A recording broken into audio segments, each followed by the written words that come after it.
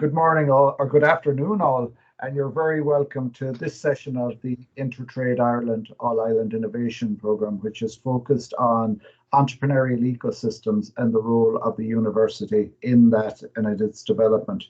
Today, we're delighted to be joined by Professor Nola Hewitt Dundas from Queen's University Belfast, who's going to deliver us a very intriguing talk on the topic of businesses are from Venus, academics are from Mars, how they can interact for co-advantage. Nola is a professor of innovation management and policy at Queen's University Belfast and is part of their senior management team. Her interests include the dynamics of innovation ecosystems in an international context, innovation management, and the issue of technology transfer and networks, especially as they apply to SMEs. Nola, thank you very much for joining us today, and the floor is yours. Great, thank you very much, Lawrence. Good afternoon, everyone. It is a pleasure to be with you today and have the opportunity to share some thoughts about university business relationships. And in particular, I'd like to thank Lawrence Dooley for the kind invitation to speak today, but also to Intertrade Ireland for their ongoing support for the All-Island Innovation Programme.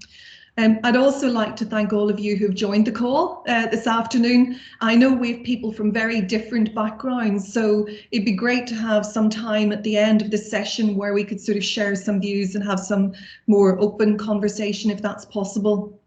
So this afternoon, I've been asked to contribute to the portfolio of masterclasses on university ecosystems. So I'd like to focus on a few issues relating to specifically to university business collaboration and specifically for the purposes, so collaboration for innovation.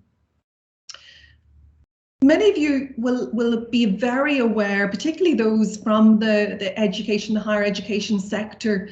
You know, we're very aware of a lot of negative press that we get about the role of universities, the role in the economy, the role in society. And there's substantial evidence, however, that there's across a range of countries that there's a positive role to be played by universities, and they have a very significant impact on innovation and wider societal benefits. Yet, despite the negative press in recent years, the role of universities and the role in society has come from many different perspectives, and it suggests that there are real difficulties for businesses, and particularly for small firms, in trying to work with universities.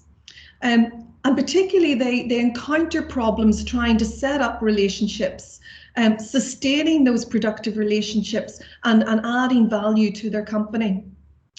And what I'm arguing in this talk is that business university or building these university business relationships, it's confronting this two worlds paradox and the difference that exists in institutional logics and priorities between businesses and universities. And I've written about this elsewhere in terms of universities and business facing orientation related barriers and also transaction related barriers. Things that where you have conflicts occurring over the creation and the exploitation of knowledge, the timeliness of research and the time horizon of research projects, the prioritization and the management of intellectual property, and also the bureaucracy associated with university administration. And I feel that, you know, really there's a very strong parallel here to the 1992 book by John Gray, who's an American author and a relationship counselor. And it's particularly relevant. So the book is, and some of you will be familiar with it, Men Are From Mars, hopefully the men have read it, and Women Are From Venus. Lawrence is indicating, have you read it, Lawrence? Just the crib notes. Just the crib notes. enough to survive, Nola. So the premise of this book is basically that the reason for relationship conflicts between men and women is that each gender is accustomed to its own set of emotional balances, cultures, and values, or metaphorically speaking, they live on different planets. And indeed, when we're trying to develop collaborative relationships between businesses and universities, it can seem as if they have different cultures, values, and they struggle to understand each other. And this then presents challenges both in terms of getting universities and businesses together, but also in terms of the potential for conflict throughout the relationship. So over the next 25 minutes, roughly, I'd like to explore some more of these constraints just a little bit further, and then also to consider, well, in light of these constraints, what are the advantages that can arise from collaboration? The extent of collaboration within the economy, given the benefits that exist, the reasons why collaboration rates are so low, and reflecting this two worlds notion. And then I want to finish with a consideration of how we can start to break down these barriers to foster greater collaboration. So when we review the research on the barriers to knowledge transfer between universities and firms, this most definitely reinforces the notion that there are two worlds. I have highlighted approximately 5 broad areas where there are potential barriers, and I've labelled them cultural barriers, institutional barriers, transactional, organisational, practical differences that exist. So very briefly, just to run through each of these to give you a sense of the multi-dimensional nature of the potential conflicts that exist between these two worlds of universities and businesses. Let's have a very quick look at each. The first one, the cultural barriers. Here we're talking really about cognitive differences, differences related to how universities and firms view knowledge and what knowledge means to them. And then that comes through in the cultural barriers that begin to emerge. The social behaviours, the norms, the language which is used, and the opinions that exist by people that reside largely within one of these worlds. And I think it's important to stress here, often we think about this as a university problem. And it is a university problem. I think academics are really guilty of using language often based on academic theories that then really don't translate easily to the layman's world in terms of their understanding. And in fact, even within the academic world, there is language used that sometimes, we step back, we read the title of a paper and we go, what on earth is that about? And it's only when you get into the details. So it's not helpful. But on the other side, I think businesses do exactly the same thing. And I think with the emergence of new technologies and the application and of that within businesses, there is a lot of jargon being generated about what business activities are, the nature, the form, the type of work engagement, that actually isn't very helpful for the academic world in trying to reach out and understand the problem. So it's not just a university problem. This is about two worlds just being different, and not a criticism, but it is a problem if we don't understand the language from each area. Institutional barriers, and here we're talking about really the value and the ownership that universities and businesses place on intellectual property. For firms, proprietary knowledge represents a potentially valuable commercial asset, which they might seek to control using either strategic or formal IP protection methods such as patents or trademarks. Yet, if you're from the university sector, the traditional view has been that knowledge, particularly where its creation has been publicly funded, then there is a sense that that should be a public good. And that means that academics have prioritised publications over the protection of research results. Yet what you do see is that in more recent years, universities are starting to adopt a more protectionist approach to the intellectual property that they develop. And you see this in particular through spin-outs and licenses being used as an additional revenue stream within universities. The risk is that where you have differences in the importance that's being placed on intellectual property, it leads to an increase in both transaction and monitoring costs. So what we mean really by that is, so the agreements, the research and development collaborative agreements that are developed between universities and businesses, they become much more complex, they become very costly, and they are incredibly time consuming to develop. Transactional barriers then may still stand in the way of R&D or innovation cooperation.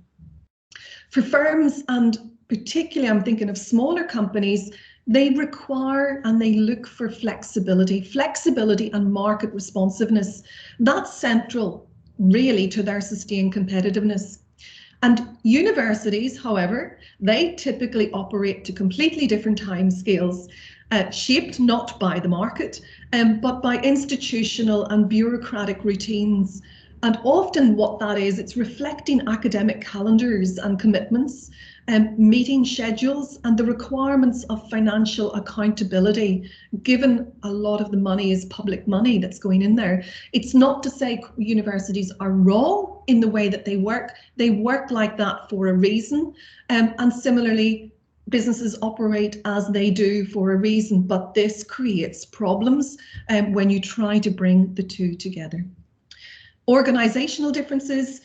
Universities are very hierarchical. They tend to have inflexible structures. And then some people would suggest that this results in a culture of decision paralysis. And these differences in operational practices, what it means is it sometimes limits universities' ability to develop and effectively operate partnerships within the timescales that are acceptable to firms.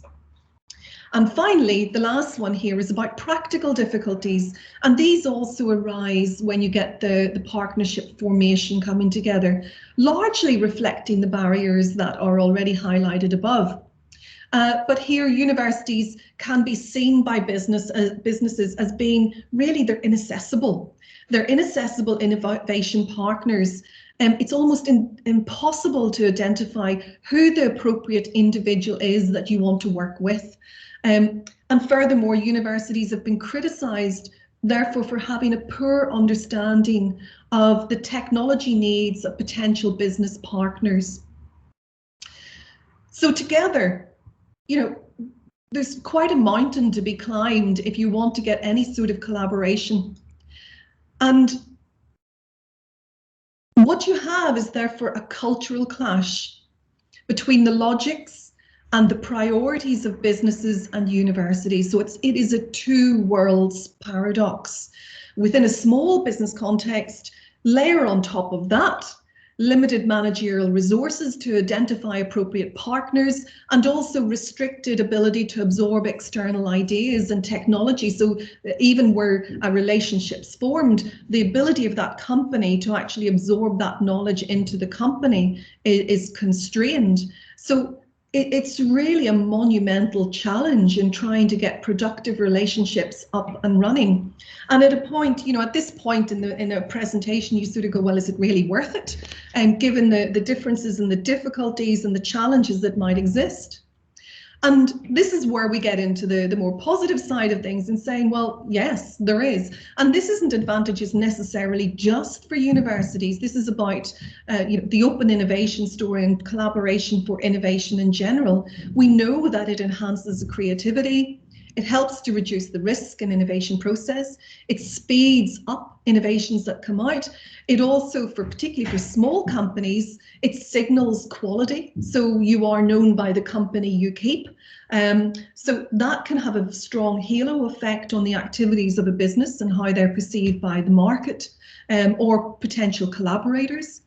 It increases firms' access to technology that is maybe developed elsewhere. And it helps companies then to really appropriate the returns from innovation.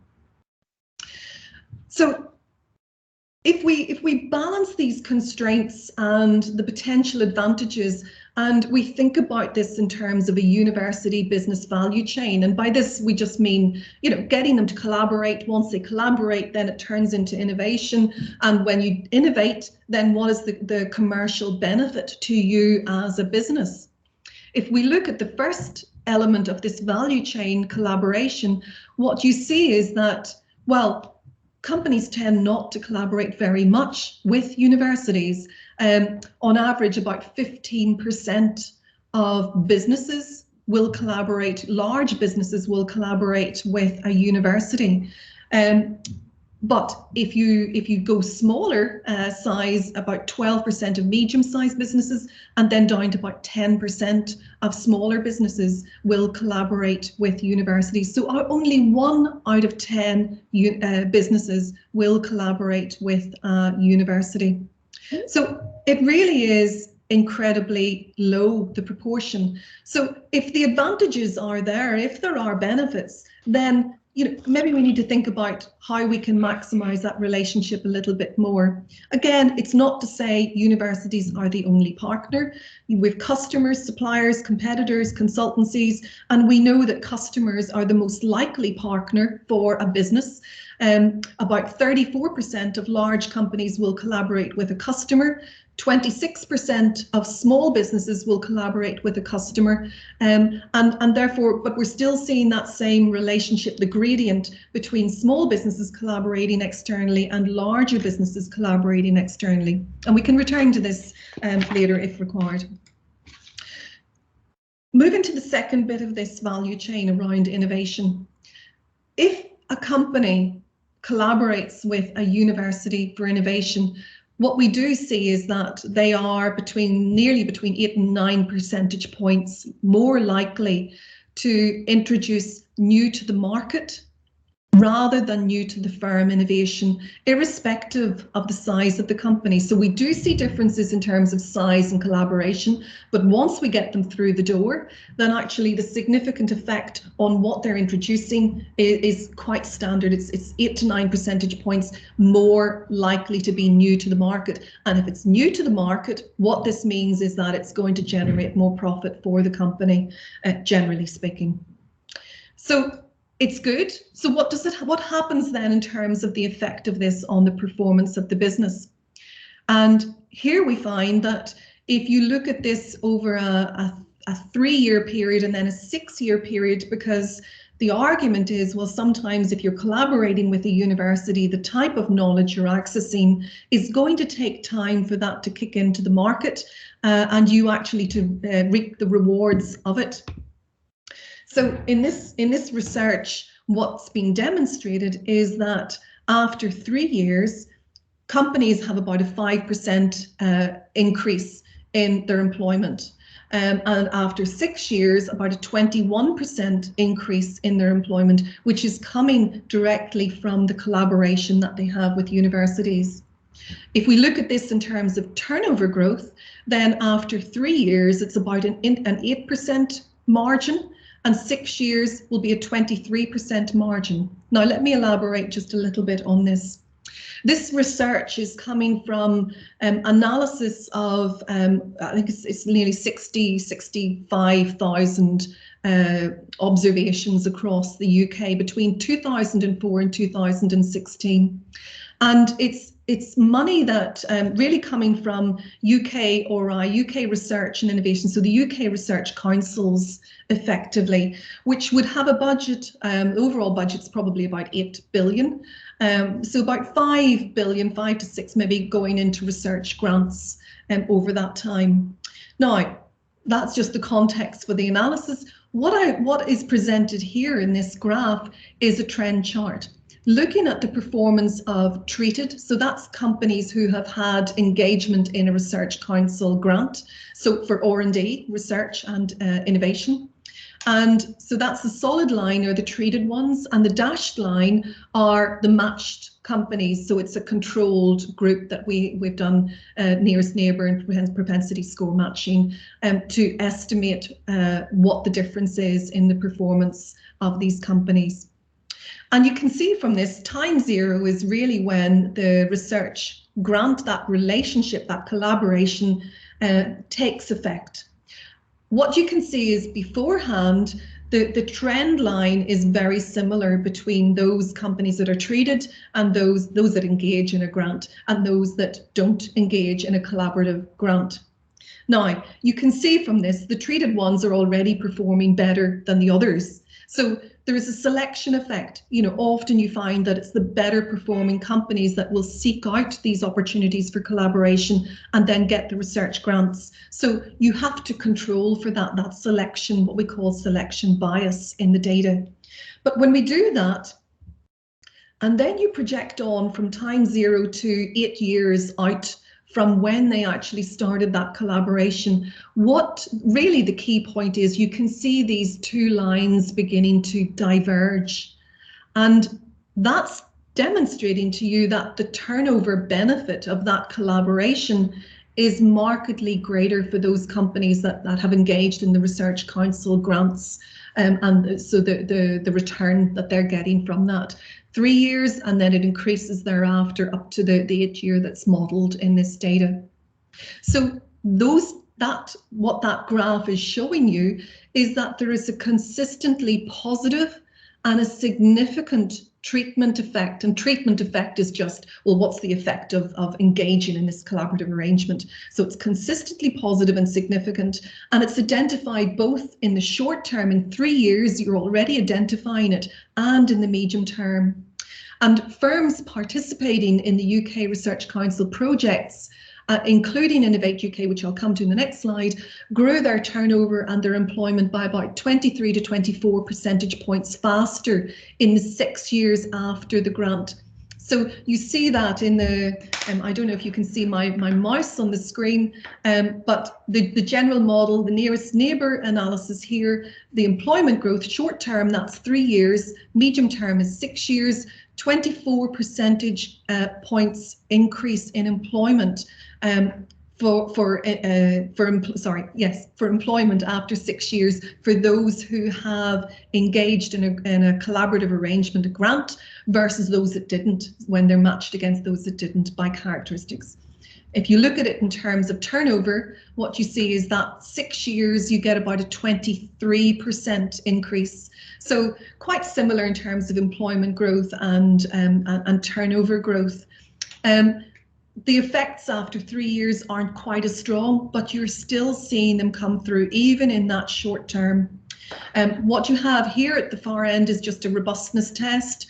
And then here, this after 2008, that was included in the analysis by the authors to allow for the financial crisis, to try and understand, was there a difference in effect before and after? Not much of effect. Certainly in terms of employment, the effect on employment is markedly more or less the same 6 years after from the general model. And what you see is that it's slightly lower for turnover. So turnover hasn't performed as well. And you will be very familiar in the UK, a lot of focus at the moment around productivity, that productivity is very much stalled. And you're beginning to see a little bit of it here in employment growth, but turnover not growing at the same rate. So the results are similar across time periods and really the estimation methods. What this slide is doing is saying, look, does this hold true? Do these effects work irrespective of really the sector that you're looking at? So EPSRC stands for Engineering Physical Sciences Research Centre. Research Council. Innovate UK. Then you've got the Medical Research Centre, and then you've got the other research centres, of which you would have arts, humanities, you've social sciences centres like arts councils such as that. And what you find here is that the medium-term growth effects are larger on average for EPSRC, so your engineering and physical science. They're slightly larger here than they are for the more applied research. And the more applied research is really the Innovate UK type arrangements, where it is much more in that technology readiness levels. It's probably up at the 5, 6, 7 stage, as opposed to the other core research councils who are much more focused on that sort of 1 to 4 stages of research.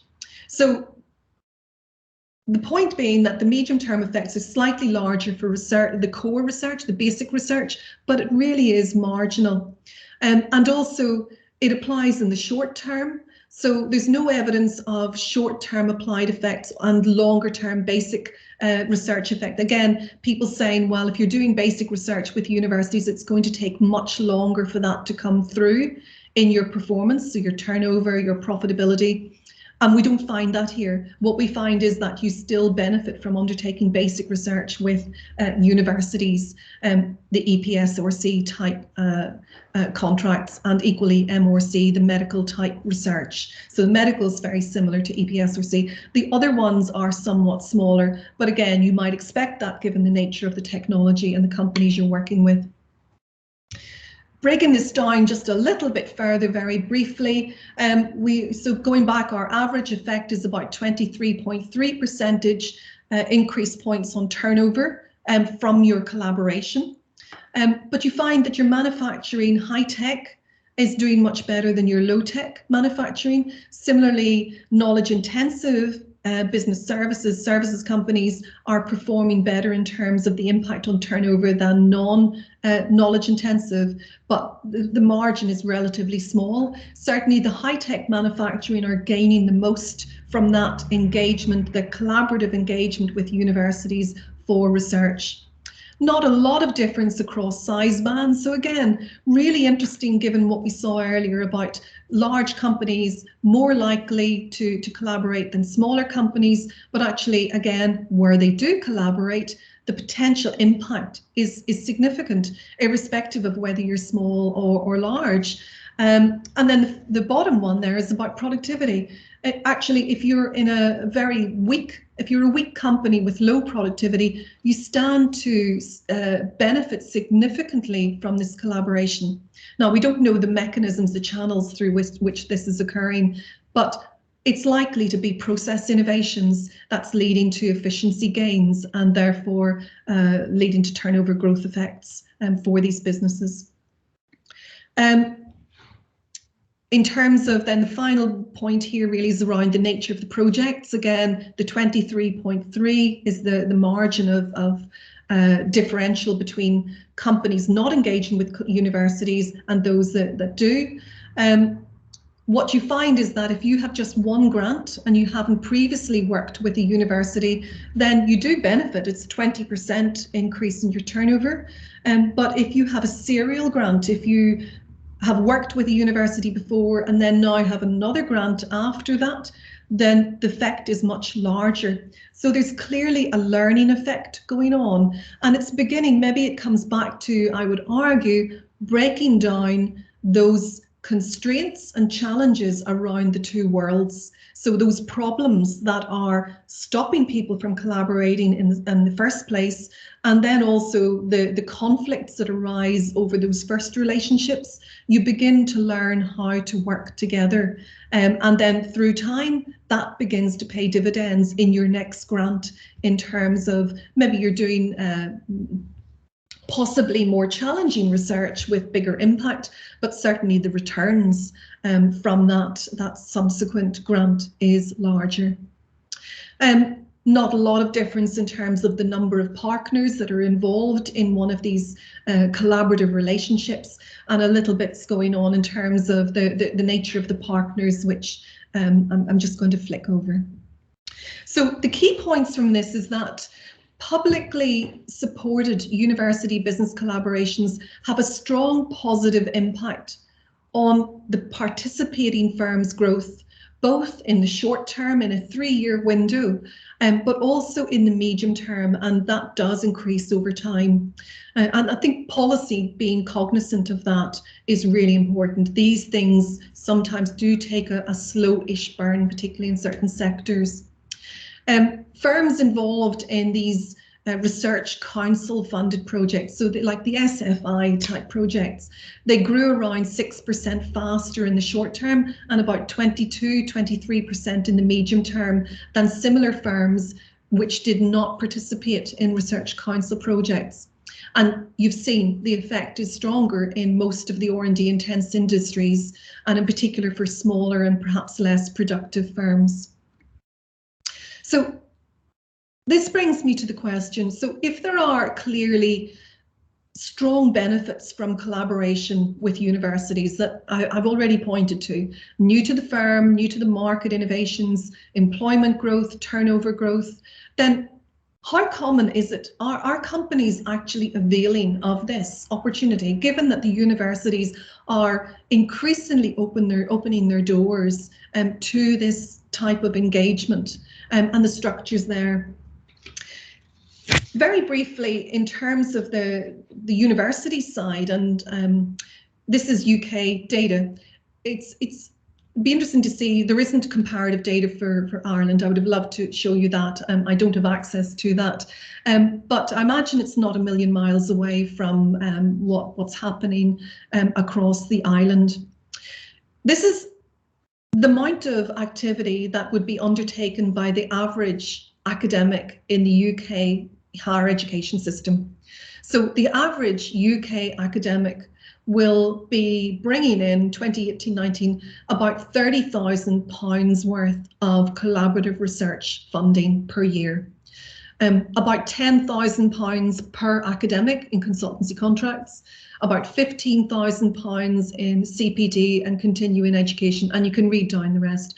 And you can see from that the very many different channels through which universities and businesses can collaborate. So it's not all about, hard-hitting collaborative research. There's very many different ways, and this doesn't even begin, this is very much around knowledge transfer. It doesn't even get into the collaborative relationships around education or societal development. So very much looking at KE within this context.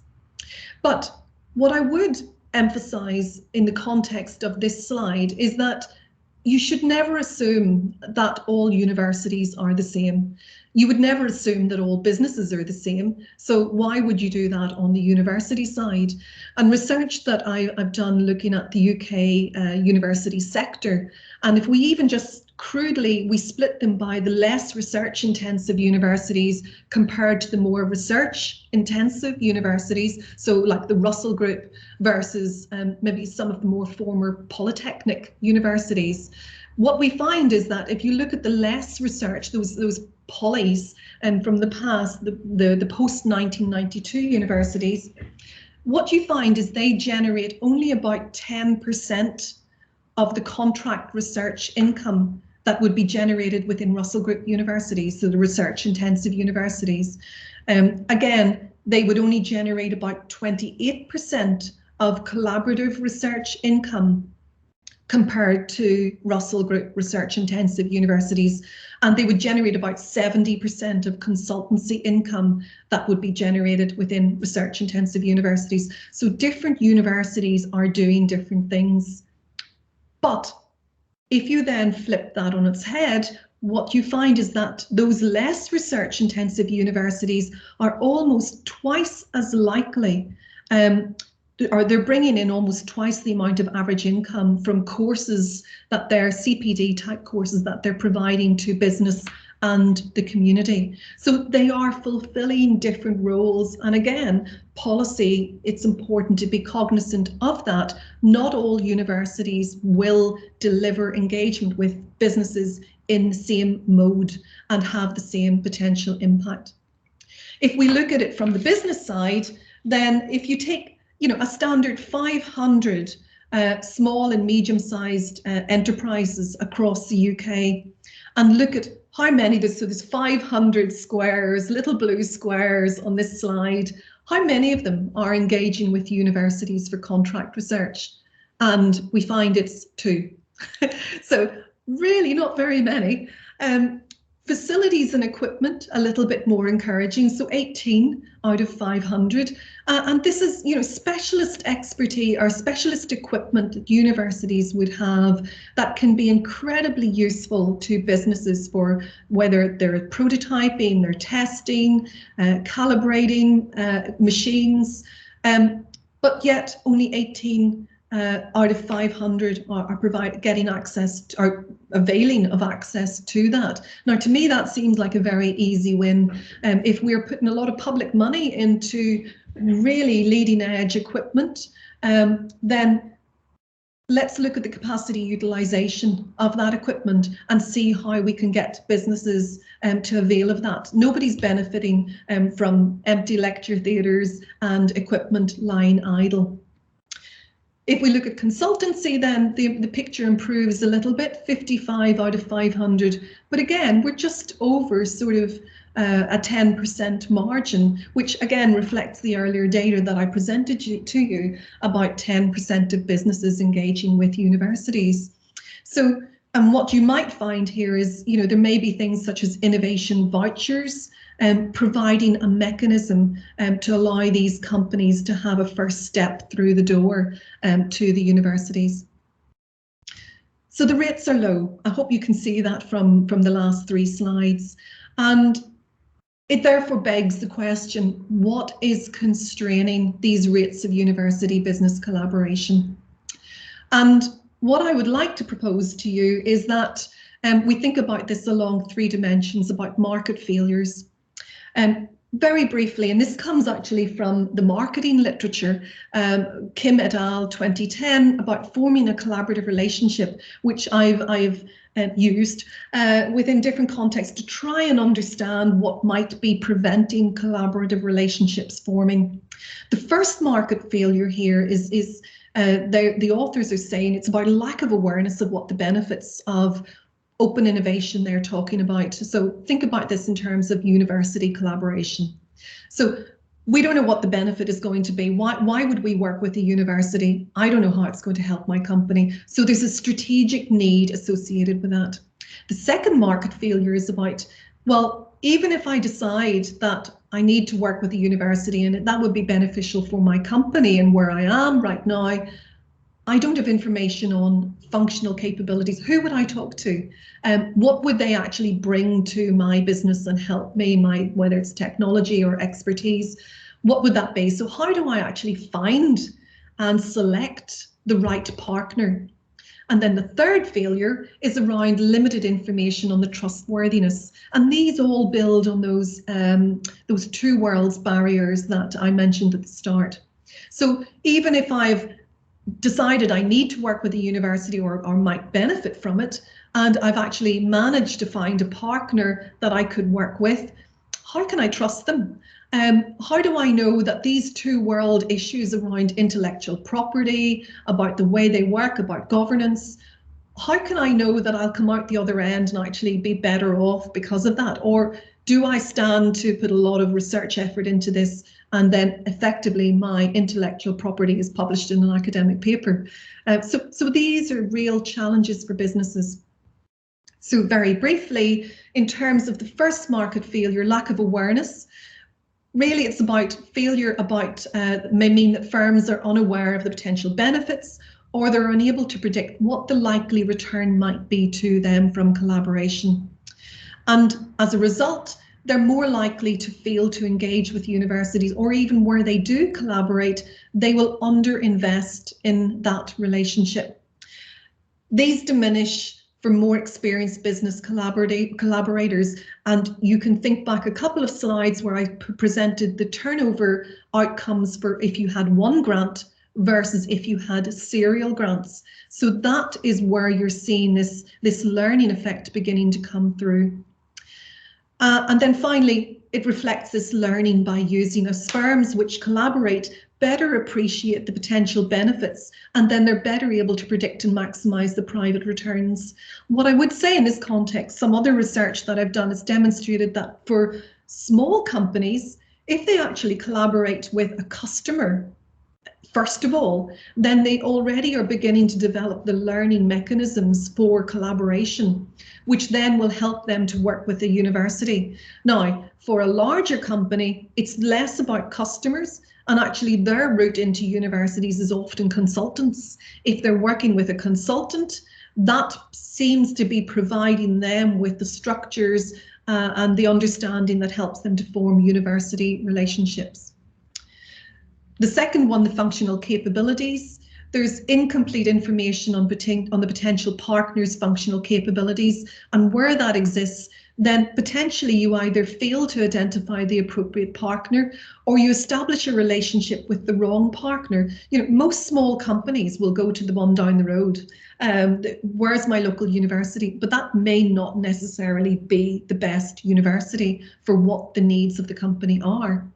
And we know in the literature what we describe this as adverse selection, and it occurs pre-contractually before you've even set up your formal contract. The information failure is particularly acute for small businesses because they don't have the time, the resources, often they don't have the research expertise to really find the right partner compared to larger firms. And then the third one is the point about when you get the relationship set up, about the trustworthiness. And in most cases, firms will have incomplete information on how reliable a partner is going to be. What is the inter-organizational trust between these two?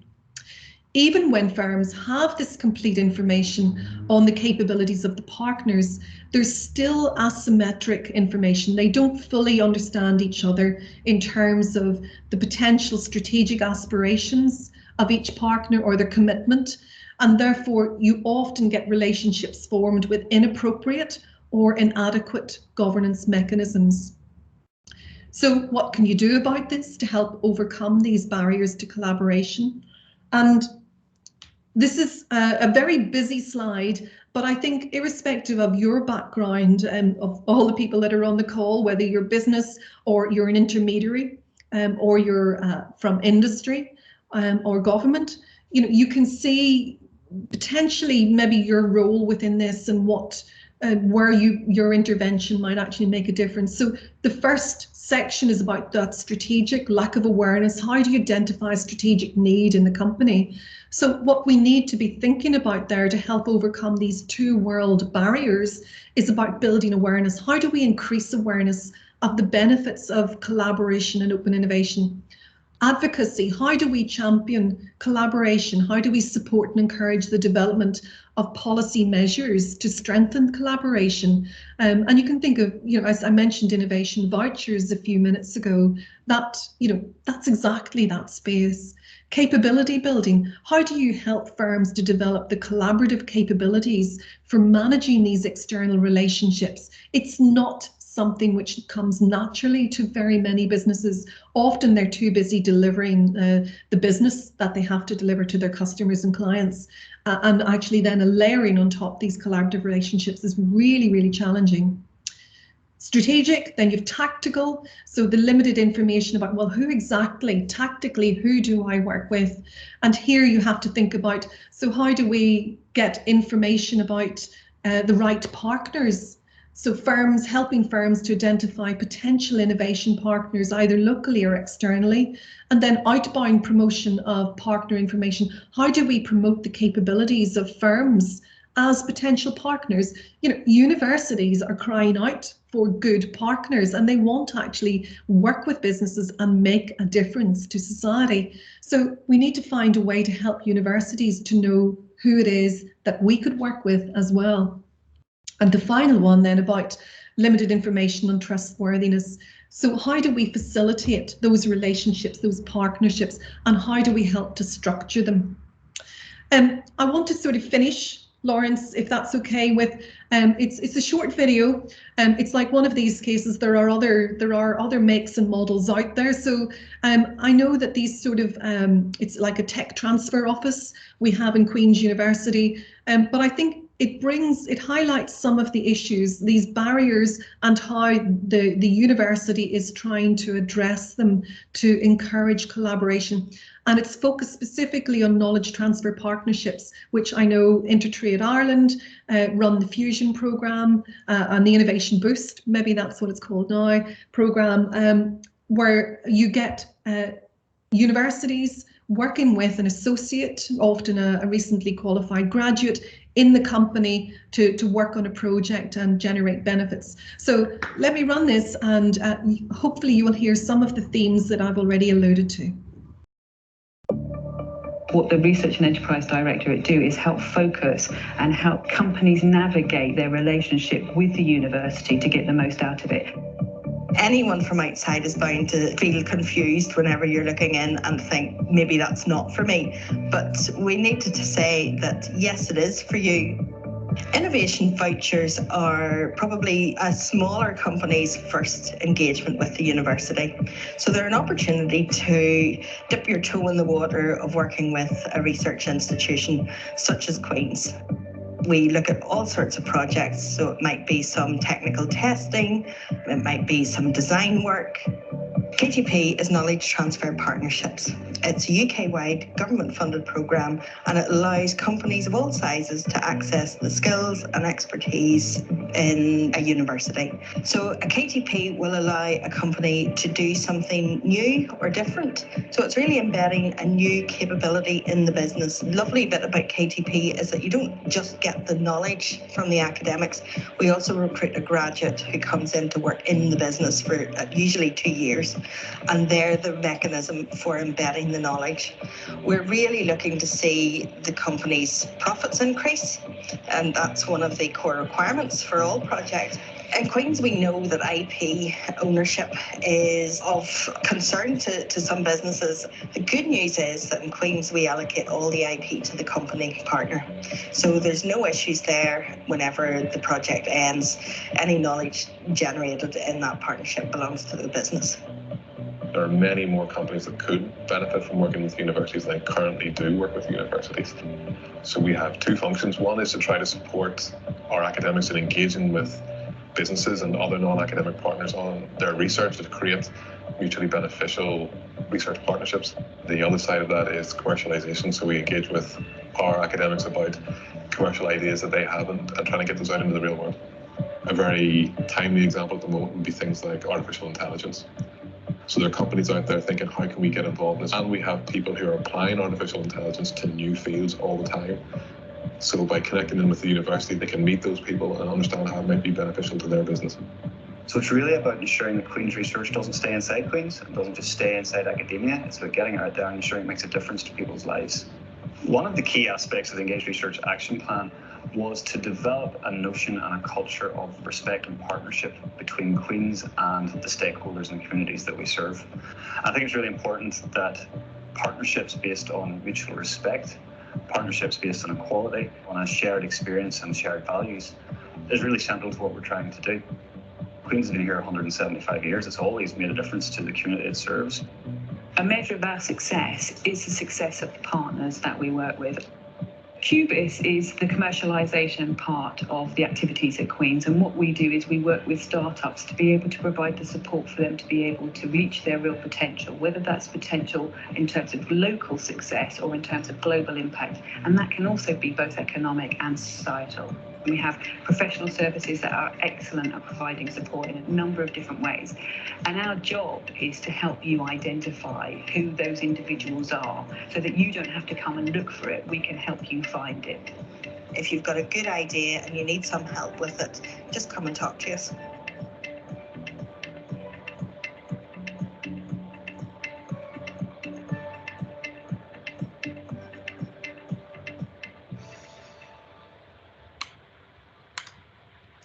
So let me finish. I've been talking for way too long. Final remarks. Levels of university business collaboration, they are clearly below the optimum level. We have some excellent research. We have exceptional academics throughout the whole of the Irish system, and we need to optimise that much more for the benefit of the economy and society. These market informational, effectively, failures, they provide one way of helping us to explain this, but there are also different types of market failures, and we need to try and understand that those different dimensions, as I've outlined, the different market failures and the different responses to try and support businesses. Information failures, specifically those related to trust, seem to be the most common. But there are others also that are relatively common. And policy responses are varied, but it's perhaps those related to overcoming issues of trust that are key. So helping to broker the relationships and helping firms structure relationship. And finally, I came across this book. So this notion that men are from Mars and women are from Venus, or maybe it's the different planets. It said men are from Earth and women are from Earth. And we absolutely are. We're all trying to achieve the same goal. And we see that, I was thinking particularly in terms of the climate emergency, challenges around net zero, universities, businesses, society, we are all trying to achieve the same goal. And we have to try and find mechanisms to break down these boundaries, to break down these barriers that exist between the two worlds, so that we can more effectively deliver on the challenges that are now confronting us. So thank you very much for your patience. I'm going to pass back to Lawrence.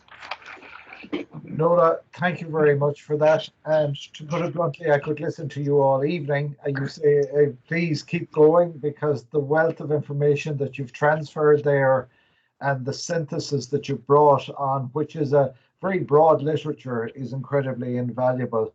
I'm just going to, before I take questions, I'm going to shut down the recording so that people can feel free to engage. But before that, I would like to thank Professor Nola Hewitt Dundas for coming to this talk today and for giving us her insights on research that she's been carrying out for a number of years. I think it highlights that there is a sweet spot for university and industry to engage, and really we just need to find roots in and connections to build up that collaborative capability. I'd like to thank Nola again, and as well as that, to the audience, I'd like to encourage you to access our two pre-recorded sessions that we have. One from Dr. Sarah Lubnick of SFU in Vancouver, talking about the role that they've played in developing the ecosystem in that area. And secondly, from Liam Fitzgerald here in the Marai Institute in UCC, which is looking at the whole area of developing the blue growth ecosystem across Ireland. So I'm just going to stop the recording now, and hopefully Teams has done exactly what it should.